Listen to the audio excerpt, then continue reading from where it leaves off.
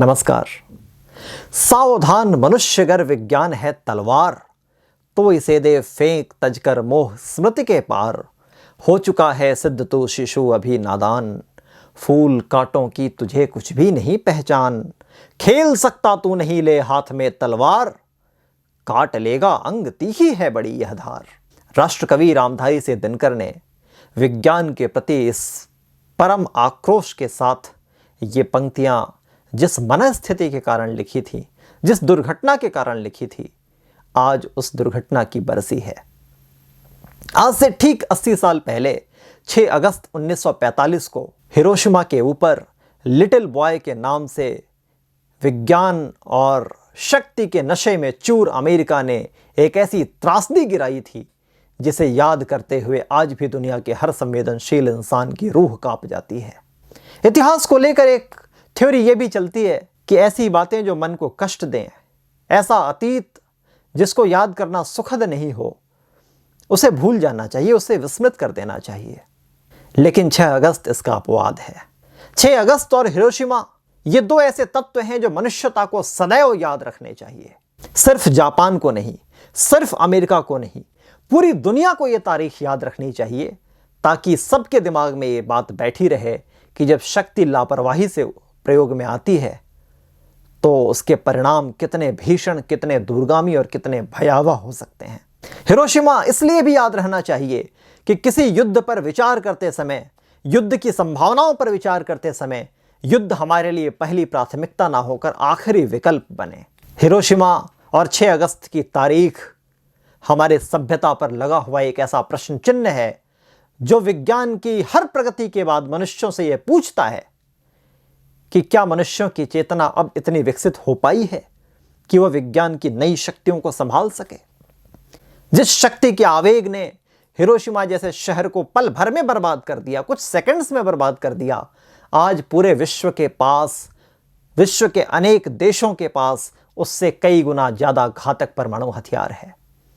पूरा विश्व न्यूक्लियर शक्तियों के गलत हाथों में जाने के कारण डर रहा है। एक भयंकर असुरक्षा का बोध है और बहुधा न्यूक्लियर हमलों को लेकर, अमेरिका के इस कृत्य को लेकर जब भी समीक्षाएं होती हैं तो ये बात चलती है कि उस समय के तत्कालीन सरकार ने किया, उस समय के किसी एक व्यक्ति ने निर्णय लिया ये बम गिराने का। सरकारें मंगल ग्रह से नहीं आती। लोकतांत्रिक व्यवस्था में सरकार हमारे और आपके बीच से चुने हुए लोगों से बनती है। एक सामान्य सी बात कर रहा हूं, बहुत सामान्य सी बात है।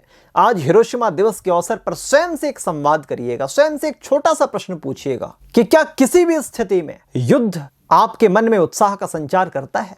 क्या युद्ध आपके लिए भी अपने पराक्रम को दिखाने का एक अद्भुत मौका है, शौर्य का पर्व है, दुनिया को जीतने का एक अवसर है? यदि इसका उत्तर हां है तो याद रखिए, ऐसे अनगिनत हिरोशिमाओं की आशंकाएं अभी शेष हैं। संवेदनशील व्यक्तियों के मन मस्तिष्क में और किसी भी सभ्य समाज में युद्ध प्रथम विकल्प कभी नहीं हो सकता, वो सदैव आखिरी विकल्प होता है। मैं कई बार देखता हूं कुछ लोग तर्क करते हैं कि नहीं, कृष्ण ने भी युद्ध लड़ा था, धर्म युद्ध रचाया था, महाभारत रचाई थी, राम ने भी युद्ध लड़ा था, शौर्य तो धर्म है। आप सब इस बात का उल्लेख तो करते हैं, लेकिन एक बात भूल जाते हैं कि कृष्ण और राम, इन दोनों के लिए भी युद्ध प्रथम विकल्प कभी नहीं रहा, प्रथम चयन कभी नहीं रहा। उनके लिए भी युद्ध आखिरी विकल्प रहा है। पत्नी के हरण जैसे भीषण उकसावे के बाद, जिसके तरकश में, जिसके तुमनीर में ब्रह्मास्त्र जैसी महाशक्ति पड़ी हो, विश्वामित्र का वो प्रिय शिष्य उसके बावजूद अपने शांति दूत भेजता है, युद्ध के आखिरी समय तक ये कोशिश करता है कि युद्ध टल जाए, और कृष्ण तो स्वयं ही शांति दूत बन के जाते हैं।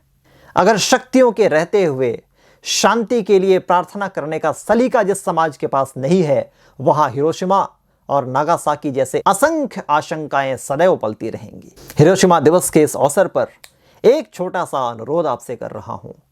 स्वयं के भीतर की पशुता को, वही पशुता जिसे युद्ध में आनंद आता है, वही पशुता जिसे दुश्मन को पराजित करने में अनन्य उत्साह का अनुभव होता है, जिसे दुश्मन की चीखें आनंदित करती हैं, दुश्मन देशों के मिट्टी में मिल जाने की कामना जिसके भीतर बहुत प्रबल भावावेग के साथ विद्यमान रहती है, उस पशुता को पहचानिए और उसे तिरोहित करने का, उस पर स्वयं के प्रेम की भावनाओं के विजित होने का एक छोटा सा संकल्प करिए।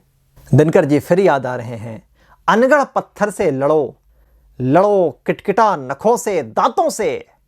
अनगढ़ पत्थर से लड़ो, लड़ो किटकिटा नखों से। पहले ऐसे ही लड़ाइयां होती थी पूरे विश्व में जब हथियार नहीं बने थे, और तब से लड़ाई की वृत्ति चलती आ रही है। अनगढ़ पत्थर से लड़ो, लड़ो किटकिटा नखों से दांतों से, या लड़ो वृक्ष के रोम गुच्छ पूरित वज्रीकृत हाथों से, या चढ़ विमान पर नर्म मुष्टियों से गोलों की वृष्टि करो। या चढ़ विमान पर नर्म मुष्टियों से गोलों की वृष्टि करो।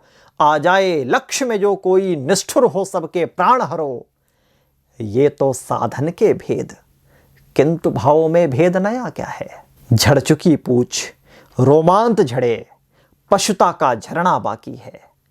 झड़ चुकी पूछ रोमांत झड़े, पशुता का झड़ना बाकी है। बाहर बाहर तन संवर चुका, मन अभी संवरना बाकी है। बाहर बाहर तन संवर चुका, मन अभी संवरना बाकी है। ये कविता तो पूरी मानवता के लिए है। मानवता के एक लघुत्तम अंश इंसान के रूप में हम सब आज ये संकल्प लें कि स्वयं को, स्वयं की पशुता को इस स्तर पर ले जाएं, इतना तिरोहित करें कि यह दुनिया हिरोशिमा जैसे भीषण क्रूरताओं की आशंकाओं से पूरी तरह से भयमुक्त होकर आश्वस्तिपूर्ण आनंद के साथ जी सके। धन्यवाद।